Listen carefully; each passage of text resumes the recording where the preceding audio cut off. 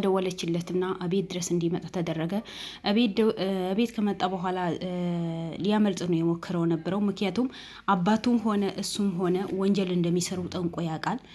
በደንብ ስለሚያውቅ እነዚህም ሚኪያስም ሆነ ሚኪም ሆነ ማናቸውም ሉሉን ሆነ በደንብ ያውቋቸዋል፣ እንደሚከታተሏቸው ወንጀል የሚሰራ ሰው እንደሚያራሩጡ፣ ወንጀል የሚሰራ ሰው ያንዳንዱ ነገር ቅጣት እንዲሰጠው ለህግ አካላት አሳልፎ እንደሚሰጡ በደንብ ስለሚያውቁ ገና ለገና በር ላይ ሲያያቸው ሮጦ ያመለጠ ነበረ። ግን በመጨረሻ በቁጥጥር ስር ውለዋል። ስለዚህ የእሱ አነጋገርና እንደነሱ ቢሆን የት በደረሱ። ግን አንዳንዴ ወንጀል የሚሰራ ሰው ልቡ ድረስ ይጠቁራል የሚባለው እኔ በእነዚህ ነው ያየሁት።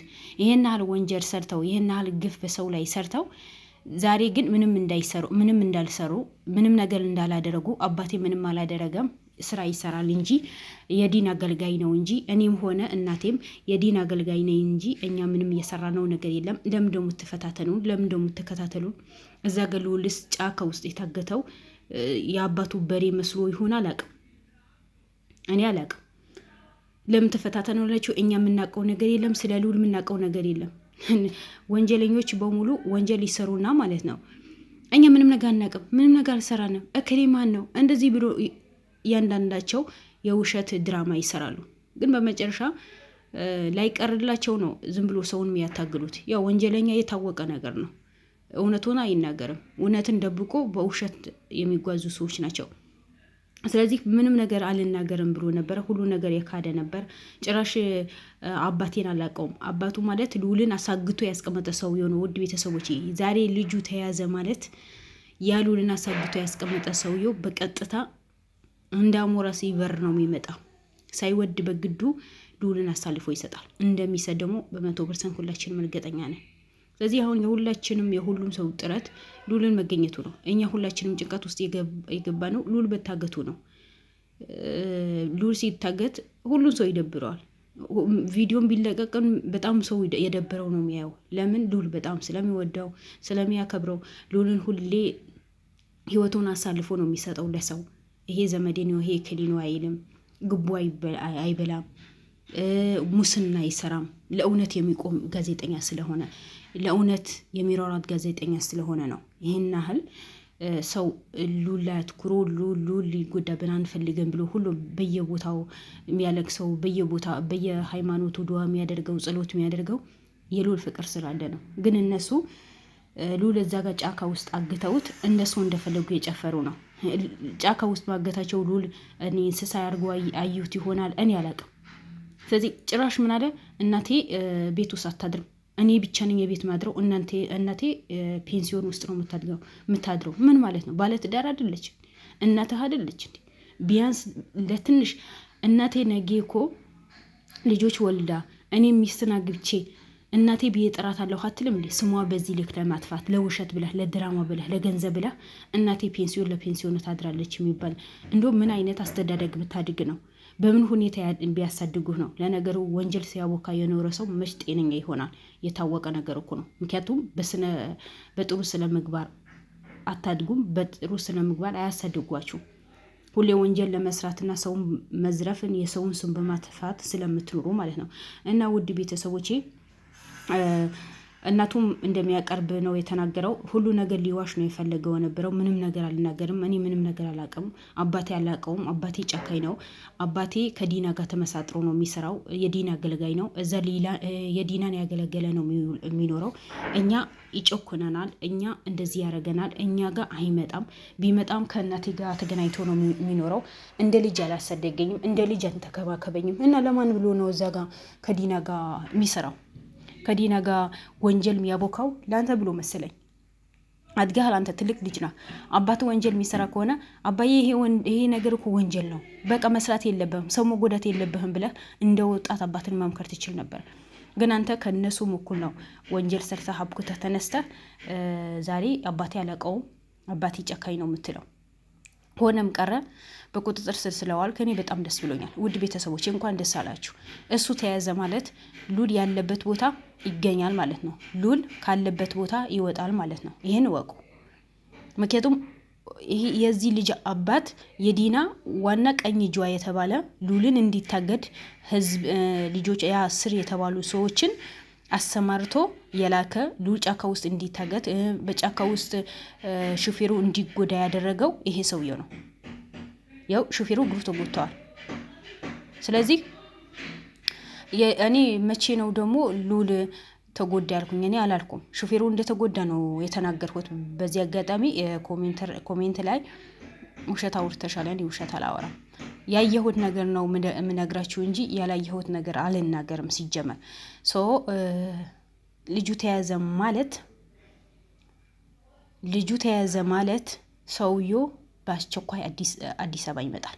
ምክንያቱም ልጁ ለማስፈታት ሲል፣ ምክንያቱም ሚስቱ ለማስፈታት ሲል እነሱ ሊታገቱ አይፈልግም። እነሱ ታግተው እስር ቤት ሊገቡ አይፈልግም። እስር ቤት የሚባል ነገር ሊያዩት አይፈልግም። ስለማይፈልግ ወደደም ሆነ ጠላ ይመጣል። በዛ ሰዓት ሉልን ይወጣል ማለት ነው። ለምን ዲና የምታዘው ሁሉ ነገር ነው። ስለዚህ ለልጁ ሲል ሉልን አሳልፎ እንደሚሰጥ እርግጠኛ ነኝ። ስለዚህ ሳሚ በደንብ ነው የምትችለው፣ የምር ትችላለህ። በዚህ አጋጣሚ ደግሞ ፍቅረኛ ተቢዋ ሳላደንቃት አልቀርም። ለምን ፍቅረኛዬ ነው የሆነ ነገር ያደርጉታል ብላ ሳትፈራ በስነ ስርዓት አሳልፋን ሰጥታለች። እዛ ግን እንኳን ያልሆኑ ቃላቶች የተናገረ ነበር። አንቺ ነሽ የዚህ ያበቃሽኝ፣ አንቺ ነሽ እንደዚያ ያልሽኝ እና እሷም ለእናቷ ብላ እኮ ነው ለእናቷ ብላ ነው። እናቷ የሚገባ ስለሆነች አይደለም። እናቷ ትላንት በተናገረችው ንግግሯ በጣም ነው የጠላኋት፣ በጣም ነው ያናደደችኝ። ነገር ግን ለእናቷ ብለ ነው ፍቅረኛህን ዋጋ የከፈለችው። አንተም ቢሆን ከዚህ ወንጀል ወጥተህ ፍቅረኛህን የምትችል ከሆነ በስርዓት አኑራት እንጂ በወንጀል የተሰማረ ህይወት እንዴት ታርገህ ነው የምትኖረው? ሰው እንኳን በአሁኑ ሰዓት በንጽህና ይዞ በንጹህ ብሩ መኖር እኮ ያቃትበት ዘመን እኮ ነው። አልሙሂም ስለ አንተ ህይወት እኔ ምንም ያገባኝ ነገር የለም እና ዋናው አንተ መያዝህና አባትህን መምጣቱ። እስኪ መታገት ምን አይነት ያው መቼም ሉል ስቃይ ያደረሱበት ነው፣ የመቱት ነው፣ ያልሆነ ቃላትም የተናገሩት ነው። በዛ ላይ ጫካ ውስጥ ነው ያሰሯቸው። ግን እናንተ ብትያዙም እኮ ተንከባክበው ጥሩ ቤት አድራችሁ ጥሩ አልጋ ላይ ተኝታችሁ ጥሩ ምግብ በልታችሁ ነው። እንደናንተ እነዚህ ልጆች ጫካኝ አይደሉም፣ አረመኔ አይደሉም። እንደ ዲና ጫካኝ አይደሉም፣ አረመኔ አይደሉም። ሰውን ሊጎዳ የማይፈልጉ ሰዎች ናቸው። ሰው እንደ ሰው ያያሉ። ሰው በመሆኑ ብቻ ክብር ይሰጣሉ። ሰው በመሆኑ ብቻ ይንከባከባሉ። እንደናንተ ሰውን እንደ እንስሳ የሚያዩ ሰዎች አይደለም። ሰውን ክብር አያስበልጡ። ብር ለነሱ ምንም ነገር ነው። ከምንም በላይ ደግሞ የሰውን ሰው በመሆኑ ብቻ ተንከባክቦ የሚያስፈልገው ሕክምና እንኳን የፈለገ ወንጀለኛ ቢሆን ሕክምና የሚያስፈልገው ከሆነ ወደ ሕክምና ነው የሚወሰደው።